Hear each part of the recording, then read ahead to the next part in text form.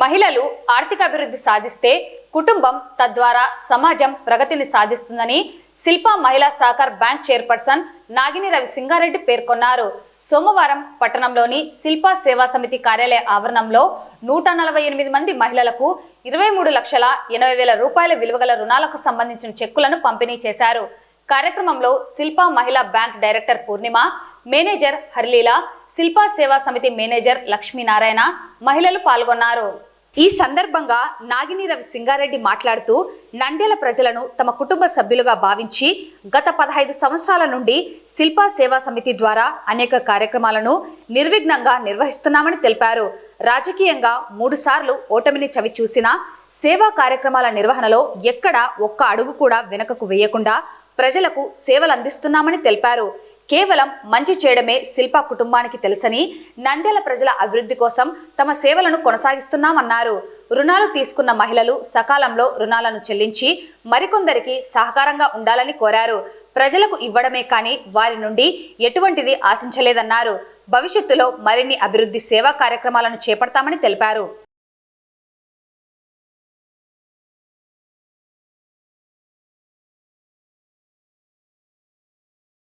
టైంకి వచ్చినందుకు నిజంగా కృతజ్ఞతలమ్మా. ఎందుకంటే కేవలం ఈ మీటింగ్ కోసము నేను పొద్దున 5 గంటలకు లేచి 6 గంటలకు బయలుదేరాల్సి వస్తుంది. మళ్ళీ నాకు కూడా మీ అందరిలాగే చిన్న చిన్న పిల్లలు ఉన్నారు. మళ్ళీ ఇప్పుడు కేవలం ఈ మీటింగ్ కోసం వచ్చాను. మళ్ళీ ఈ మీటింగ్ అవ్వగానే హైదరాబాద్ వెళ్ళిపోతాను. సో థ్యాంక్ యూ టైంకి వచ్చినందుకు. ముందుగా ఇంతమంది ఈరోజు వచ్చి ఇక్కడ మాట్లాడారు. చాలా రోజుల తర్వాత మళ్ళీ ఈరోజు కొంచెం ఎమోషనల్ అవుతున్నా, బాధ వస్తుంది, ఏడుపు వస్తుంది. ఎందుకంటే 5 ఏళ్ళు నిజంగా నా భర్త చాలా కష్టపడ్డాడు. ఇల్లు వాకిలి ఎప్పుడు ఇంట్లో లేరు. చాలా అంటే చాలా కష్టపడ్డాడు మీ అందరి కోసం. ఈరోజు ఈ నెలతో మేము ఓడిపోయి సంవత్సరం అవుతుంది. ఇంత కష్టపడ్డాక కూడా ఓటమినే మేము చూసాం. ఇది 3వసారి. కానీ 3 సార్లు ఓటమి చెందిన నాడు ఇప్పుడు సంవత్సరం అయింది మేము ఓడిపోయి. కానీ మా సంస్థలో ఏ సంస్థ అన్నా మూతపడ్డం మీరు చూసారా? ఇవన్నీ మాకొచ్చే లాభం ఏంటో చెప్పాలి మీరందరూ. ఇందాక సుధా గారు అనుకుంటా 3వసారి మేడం నేను తీసుకోవడము, కొంచెం ఎక్కువ ఇస్తే నేను ఇంకా బాగా చేసుకుంటాను. దేవుడి దయ ఉంటే ఎక్కువ ఇవ్వాలనే ఉందమ్మా. కానీ మళ్ళీ ఓటమి చెందుతున్నాం. ఇది మరొకసారి మీకు తెలియాలి, ఇది శిల్ప మహిళా సహకార్. ఇది సొంత నిధులతో మేము చేసేది. ఏదన్నా గవర్నమెంట్కి సంబంధం ఉందా ఇక్కడ? ఇప్పుడు మీరు సొంతంగా సంపాదించుకుంటారు. ఒక 1000 రూపాయలు నాకు ఇచ్చిపోండి. ఇప్పుడు అందరూ తలా ఒక 1000 రూపాయలే కదా అడుగుతున్నా, ఇచ్చిపోండి. ఈరోజు 150 మందికి దాదాపు 23 లక్షల రూపాయలు మా సొంత నిధులతో ఇస్తున్నాం. అందులో మీకు కష్టం కాకూడదని మా సిబ్బంది కూడా కలెక్షన్ కోసం మీ ఇంటికి వస్తారా లేదా? మీరందరూ ఇప్పుడు చెప్పాలి. ఈ బ్యాంకులో 5 ఏళ్ళు దాటి తీసుకున్న వాళ్ళు కూడా ఉన్నారు కదా. 5 సార్లు తీసుకున్న వాళ్ళు ఏదన్నా ఏ రోజన్నా అవకతవకలు చూసారా ఇక్కడ? మేము ఏమన్నా తప్పు చేస్తున్నామా ఏనాడన్నా? మీకు మంచి జరిగే పని చెయ్యడమే శిల్ప కుటుంబం లక్ష్యం, అంతే. దానికంటే మించి ఏమీ ఉండదు. మాకు నంద్యాల ప్రజల వల్ల నిజంగా చెప్తున్నా, ఇలా అనకూడదేమో, నా భర్త ఉంటే కోపగిస్తాడు, కానీ నాకు నష్టం తప్ప లాభం ఏ రోజు రాలేదు. కానీ ఎందుకు చేస్తాను తెలుసా? ఇక్కడ రాగానే చాలా ఆనందంగా ఉంటది. ఎందుకో మెట్టనిల్లు కాదు, పుట్టింటికి వచ్చినట్టు ఉంటది. నాకు చాలా ఇష్టం నంద్యాలకి రావడం. అందుకనేనేమో ఓటిపోయినా, ఎంత బాధ ఉన్నా, పొద్దున 4 గంటలకు లేసి వచ్చినా, ఎన్ని చేసినా మళ్ళీ మీరు బాగున్నాము, మేము ఎదుగుతున్నాము. ఇందాక అక్కడ లక్ష్మి కదా, శ్రీలక్ష్మి, ఇందాక ఎదుగుతున్నాము, మీ సూపర్ మార్కెట్ ముందు పెట్టుకున్నందుకు మేము బాగున్నామన్న ఆ మాట చాలు మాకు. ఆ మాట చాలు. ఆ మాట కోసము ఎంతకన్నా వెళ్తున్నాం. కానీ ఇప్పుడు నేను మిమ్మల్ని అడిగేది ఒకటే, మీరు ఎప్పుడు దీపం పెట్టినా, ఎప్పుడు నమాజ్ చేసినా, ఎప్పుడు చర్చికి వెళ్ళినా, ఎప్పుడన్నా తప్పకుండా నన్ను నా కుటుంబాన్ని మాత్రం గుర్తుంచుకోండి. ఎందుకంటే నేను నిజంగా చెప్తున్నా, ఈ కుటుంబంకి కోడలుగా వచ్చానే కానీ ఇలా చేసే వాళ్ళు ఉండరు. అది ఏ రోజు మనందరికి అర్థమవుతుందో నాకు అర్థం కావట్లేదు. మళ్ళీ super market, mineral water plant చూస్తారా? నీళ్లు చూస్తారా శిల్ప మినరల్ వాటర్ ప్లాంట్, అది తర్వాత గల్లీ దవాఖానా, ఇలా షాదీఖానాలు, తర్వాత కళ్యాణ మండపము, ఇన్నిటికి దేంట్లో కూడా మాకు లాభం కాదు, కేవలం ప్రేమతో చేస్తాం అంతే.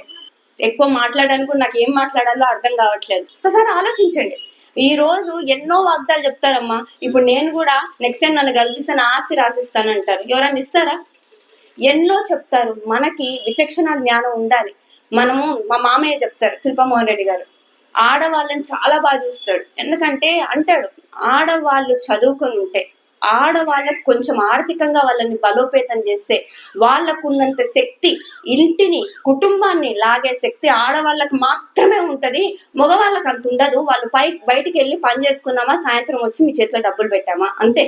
ఆడవాళ్ళైతే పప్పు డబ్బా ఉప్పు డబ్బాలో దాస్తారా, చెట్లు కట్టుకుంటున్నారా, అన్ని చేస్తారా? ఇవన్నీ ఆడవాళ్ళకే సాధ్యం. శిల్ప మహిళా సహకారిని అంత ఇష్టంగా మా మామగారు అయితేనేమి, నా భర్త అయితేనేమి, నేనైతేనేమి ఇష్టంగా దాన్ని కొనసాగిస్తున్నాం. రేపు ఎవరన్నా దీని దగ్గరికి వచ్చి ఇది వద్దు, ఇది కరెక్ట్ కాదంటే మీరు నమ్ముతారా?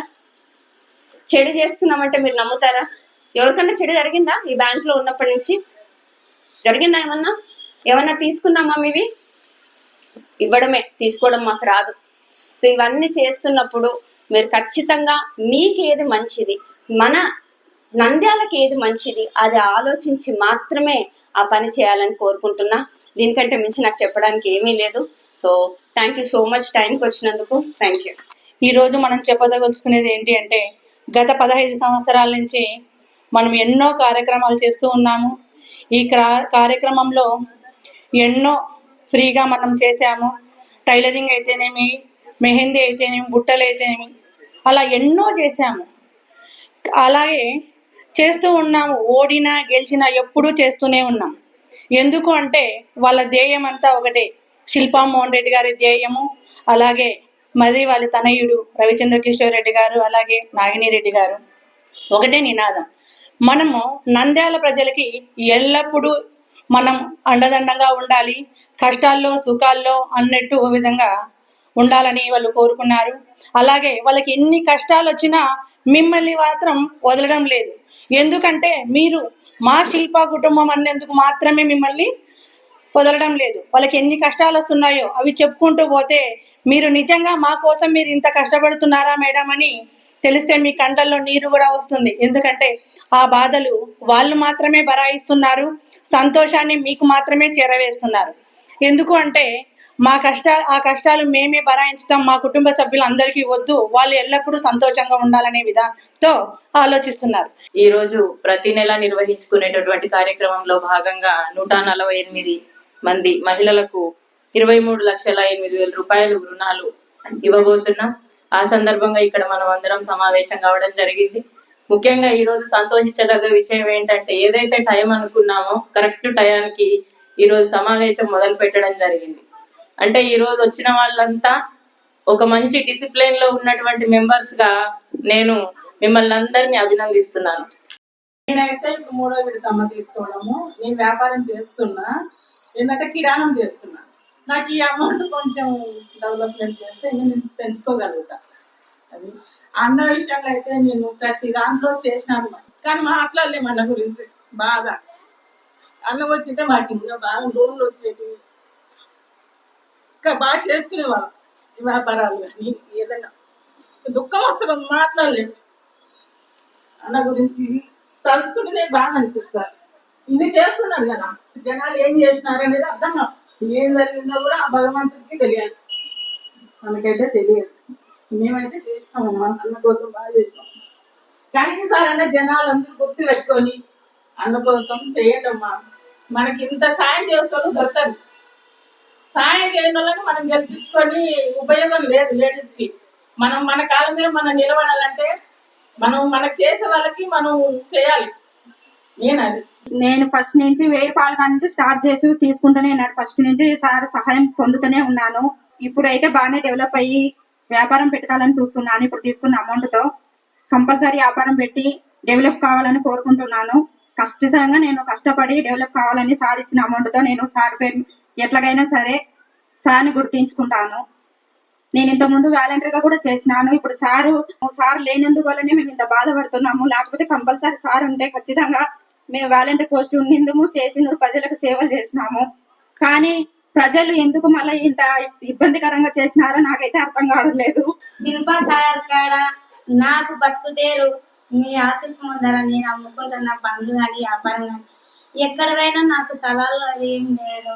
ఏదో నా పొట్ట కోసం నేను ఆడ వ్యాపారం చేసుకొని బతకగలుగుతున్నా.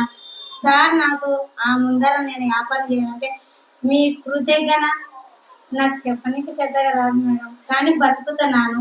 అట్లనే మళ్ళీ ముందుకు మీరు రావాలని, మళ్ళా ఎలక్షన్లలో మా ఇక్కడతో బీదలను చూడాలని ఏదో వ్యాపారం చేసుకొని బతుకుతున్నాం మేడం.